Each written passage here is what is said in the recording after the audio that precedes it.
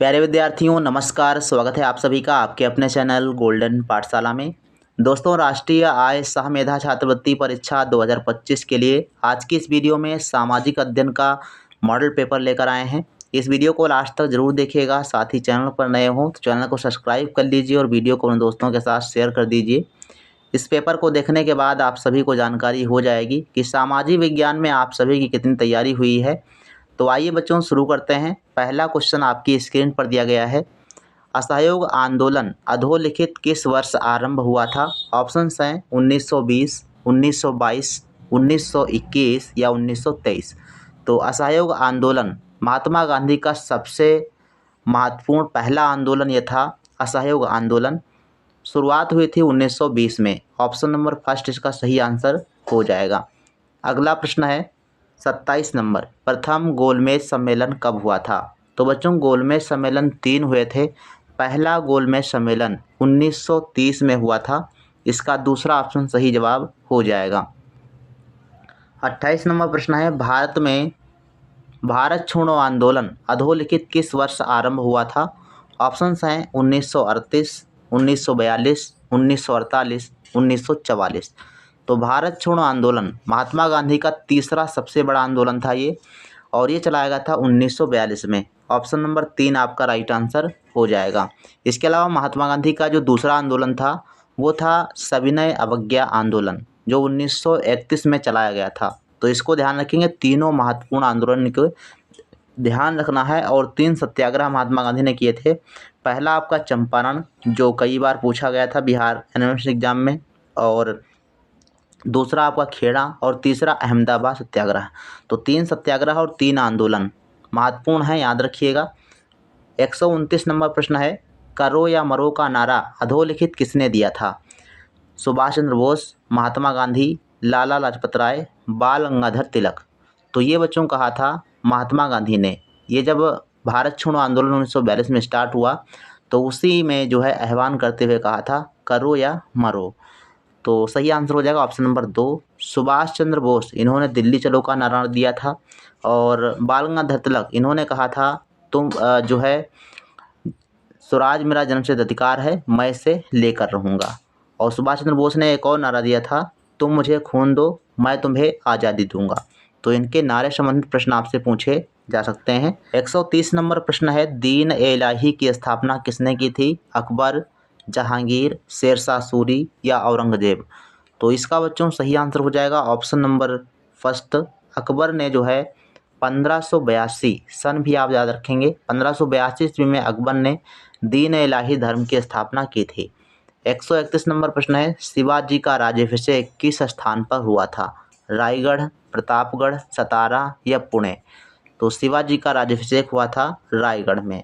पहला ऑप्शन इसका सही आंसर हो जाएगा। क्वेश्चन नंबर 132 है, गदर पार्टी का गठन किसके नेतृत्व में हुआ था? लाला हरदयाल, अरविंद घोष, भगवान सिंह या इनमें से कोई नहीं। तो गदर पार्टी की जो स्थापना हुई थी लाला हरदयाल के नेतृत्व में हुई थी। पहला option is the right answer.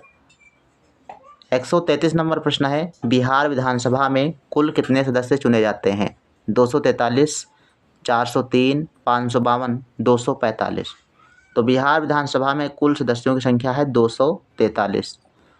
134 number प्रश्न है, प्रसिद्ध अंग्रेजी राजदूत टॉमस रो किसके दरबार में आया था? अकबर, जहांगीर, शेरशाह सूरी, औरंगजेब। तो सही उत्तर हो जाएगा ऑप्शन नंबर 2, जहांगीर के काल में जो है टॉमस रो भारत आया था।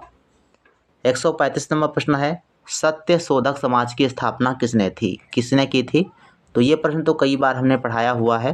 सही आंसर हो जाएगा option number first, Jyotiba Phule ने। नेक्स्ट क्वेश्चन है 136 नंबर, भारत का प्रथम वायसराय कौन था? Lord Canning, Lord Elgin, Dufferin या रिपन। तो भारत का पहला वायसराय लॉर्ड कैनिंग को कहा जाता है। इसका पहला ऑप्शन उत्तर हो जाएगा।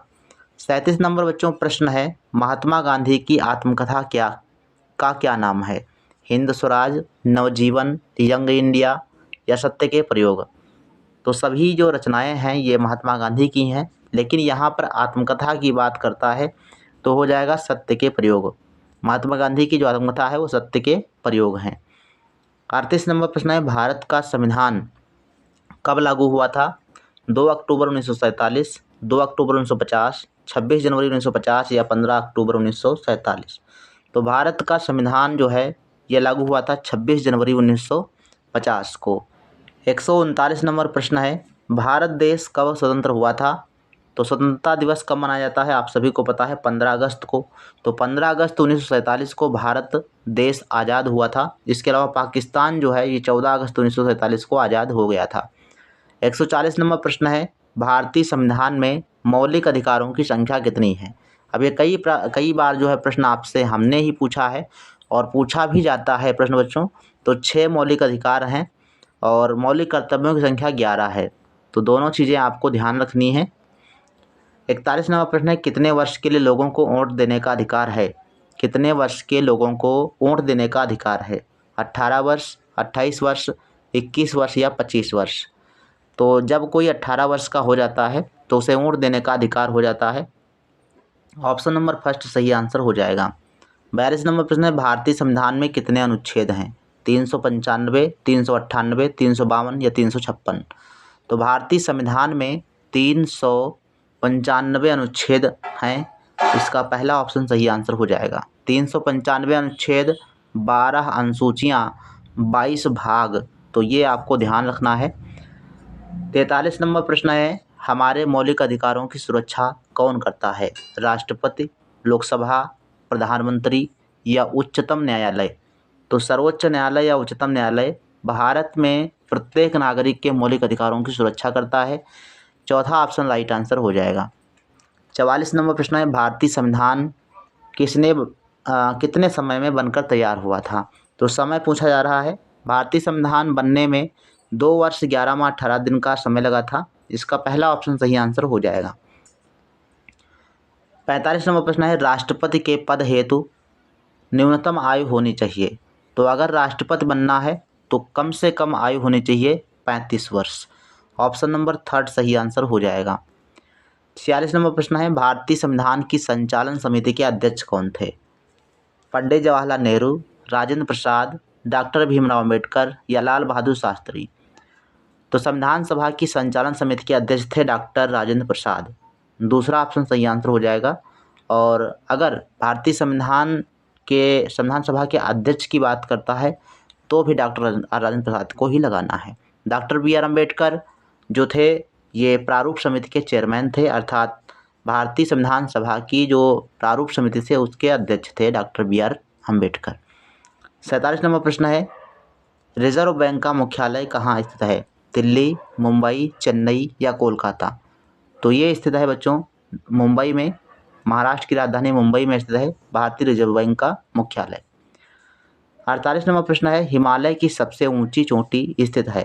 भारत में, चीन में, नेपाल में या तिब्बत में? तो भारत की सबसे ऊंची चोटी कहाँ है? तो नेपाल में है।